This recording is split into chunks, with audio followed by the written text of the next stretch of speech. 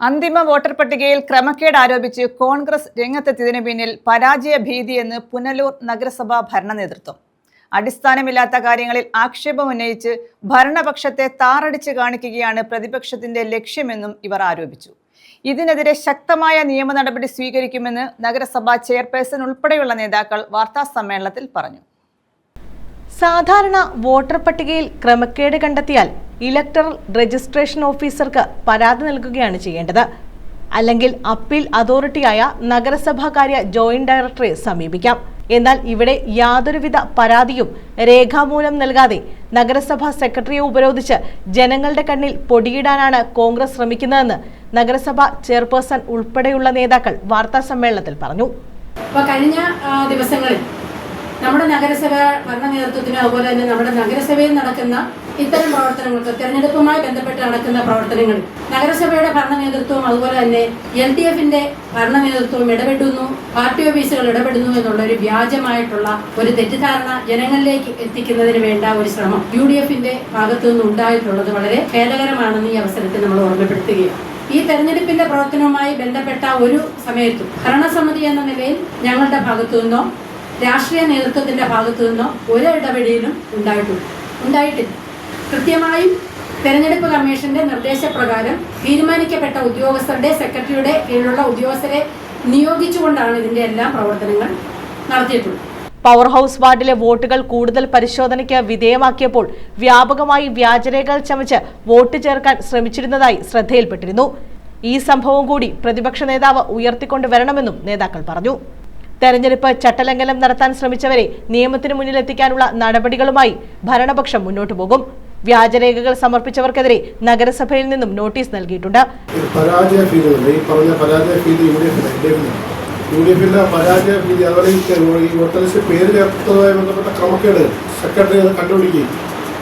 കണ്ടുപിടിച്ചതിന്റെ അടിസ്ഥാനത്തിൽ നോട്ടീസുകളൊക്കെ അയച്ചതിന്റെ അടിസ്ഥാനത്തിലാണ് ഈ പരാതി ഇപ്പൊ ഈ ഒരു പത്രസമ്മേളനവും പരാതിയെല്ലാം അയച്ചത്. ഇങ്ങനെ ഒട്ടനവധി കൃത്രിമമായ വോട്ട് ചേർത്ത് കണ്ടുപിടിക്കപ്പെട്ടു. ആ കണ്ടുപിടിച്ചതിന്റെ അടിസ്ഥാനത്തിലാണ് ഇപ്പം UDFന്റെ നേതൃത്വത്തിൽ നഗരസഭയ്ക്കെതിരെ സമരമെല്ലാം പ്രഖ്യാപിച്ചത്. അത് പരാജയ ഭീതി കൊണ്ടാണ്.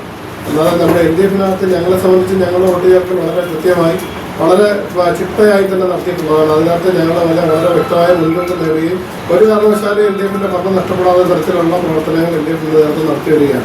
18 വയസ്സ് പൂർത്തിയാകാത്തവരെ രേഖകളിൽ തിരുത്തൽ വരുത്തി വോട്ടർ പട്ടികയിൽ ഉൾപ്പെടുത്താൻ ശ്രമം നടത്തിയതായും പരാതിയുണ്ട്. വോട്ടർ പട്ടികയിൽ പേരുൾപ്പെടുത്തേണ്ട ആളുടെ ആധാറിന്റെ മറുവശത്ത് പകർപ്പും പവർ ഹൗസ് വാർഡിൽ താമസിക്കുന്ന ആരുടെയെങ്കിലും ആധാറിന്റെ വിലാസവും വരുന്ന ഭാഗത്ത് പകർപ്പും ചേർത്ത് വെച്ച് വോട്ട് ചേർക്കാൻ ശ്രമം നടത്തിയിട്ടുണ്ട്. ഇതൊക്കെ തന്നെ വ്യാജരേഖകൾ എന്ന് കരുതി ഉദ്യോഗസ്ഥർ നിരസിച്ചതായും ഭരണപക്ഷം കുറ്റപ്പെടുത്തി. ഇവിടെ തന്നെ എന്റെ കയ്യിലൊരു റിജക്റ്റഡ് വ്യാജ രേഖ സമർപ്പിച്ചതിനെ റിജക്ട് ചെയ്ത ഒരു ആളുണ്ട്. പിന്നെ നഗരസഭ സെക്രട്ടറി തന്നതാണ്. ഇതിപ്പോ വിവരാവകാശം മൂലം നമ്മുടെ പ്രണവ് ശങ്കർ എടുത്ത രേഖയാണ്. അതിനകത്ത് നിങ്ങൾ പരിശോധിക്കുമ്പോൾ പുനലൂരിലെ പഴയ കോൺഗ്രസിന്റെ വനിതാ മണ്ഡലം പ്രസിഡന്റിന്റെ അമ്മ മാതാവ് സുശീല, അവിടെ ആധാർ കാർഡ് ഫ്രണ്ട് പേജിൽ സുശീലയുടെ ടോപ്പ് നമ്പറുണ്ട്. അതിന്റെ നമ്പർ അവസാനിക്കുന്നത് 1693. എന്നാൽ അതിന്റെ പുറകുവശം ആധാർ കാർഡ് തന്നിരിക്കുന്നത് 8225 അതിന്റെ ആധാർ കാർഡിന്റെ അവസാന നമ്പർ. അപ്പോൾ ബോധപൂർവം ആധാർ കാർഡിൽ കൃത്രിമത്വം കാണിച്ചാണ് പിന്നെ ഇവിടെ അവരുടെ വോട്ട് ചേർക്കാനൊരു ശ്രമം നടത്തിയത്.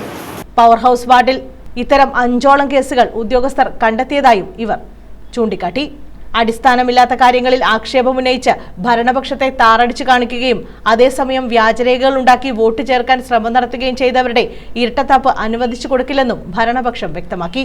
തീർച്ചയായിട്ടും ആ പരാജയ ഭീതി മുന്നിൽ കണ്ടുകൊണ്ടാണ് നമ്മുടെ ജനങ്ങളെ തെറ്റിദ്ധരിപ്പിക്കുന്നതിന് വേണ്ടി കഴിഞ്ഞ ദിവസം UDFന്റെ നേതൃത്വത്തിൽ ഒരു പത്രസമ്മേളനം നടത്തിയത് എന്ന് തന്നെയാണ് LDF എന്നതിലേക്കും നഗരസഭാ ഭരണ നേതൃത്വം എന്നതിലേക്കും ഞങ്ങൾക്ക് മനസ്സിലായിട്ടുള്ളത്. കുട്ടികളുടെ വയസ്സടക്കം തിരുത്തുന്ന പ്രവർത്തനങ്ങളിൽ ഏർപ്പെട്ടുകൊണ്ട് വോട്ടേഴ്സ് ലിസ്റ്റിൽ പേര് ചേർക്കുന്നതിന് വേണ്ടി ആധാർ കാർഡിൽ കൃത്രിമത്വം കാണിച്ചുകൊണ്ടല്ല, അവിടെ എന്തൊക്കെ കൃത്രിമത്വം കാണിച്ചിട്ടുണ്ടോ അത് ആരാണെന്ന് നമ്മുടെ ബഹുമാനപ്പെട്ട മാധ്യമപ്രവർത്തകർ പരിശോധിക്കണം എന്ന് തന്നെയാണ് ഞങ്ങൾക്ക് അഭിപ്രായമുള്ളത്. തീർച്ചയായിട്ടും വളരെ മാതൃകാപരമായ രീതിയിലാണ് LDF ഭരണ നേതൃത്വം.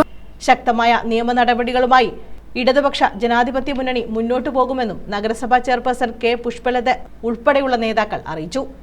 നമുക്കെല്ലാം അറിയാം, ഈ വർഷം തദ്ദേശ സ്വയംഭരണ സ്ഥാപനങ്ങളിലേക്കുള്ള തെരഞ്ഞെടുപ്പ് നടക്കുകയാണ്. തെരഞ്ഞെടുപ്പ് പ്രവർത്തനങ്ങൾ തുടങ്ങിയാൽ അതിന്റെ പൂർണ്ണ ഉത്തരവാദിത്വം സ്റ്റേറ്റ് ഇലക്ഷൻ കമ്മീഷനാണ്. സംസ്ഥാനത്ത് മൊത്തത്തിൽ, ജില്ലയിൽ അതിന് നേതൃത്വം കൊടുക്കുന്നത് ജോയിന്റ് ഡയറക്ടറാണ്, JD ആണ്. നമ്മുടെ മുനിസിപ്പാലിറ്റിയിൽ ഇലക്ട്രൽ രജിസ്ട്രേഷൻ ഓഫീസർ എന്ന് പറഞ്ഞാൽ മുനിസിപ്പൽ സെക്രട്ടറിയാണ്. ചുരുക്കപ്പേര് ERO എന്ന് പറയും, electoral registration officer, municipal secretary. അതിന്റെ പ്രവർത്തനങ്ങൾക്ക് മുനിസിപ്പൽ സെക്രട്ടറിയാണ് ഉദ്യോഗസ്ഥരെ തീരുമാനിക്കുന്നത്. തെരഞ്ഞെടുപ്പ് പ്രവർത്തനം തുടങ്ങിക്കഴിഞ്ഞാൽ നഗരസഭാ കൗൺസിലിനോ ഭരണ നേതൃത്വത്തിനോ യാതൊരുവിധ ഇടപെടലും നടത്താൻ പറ്റത്തില്ല.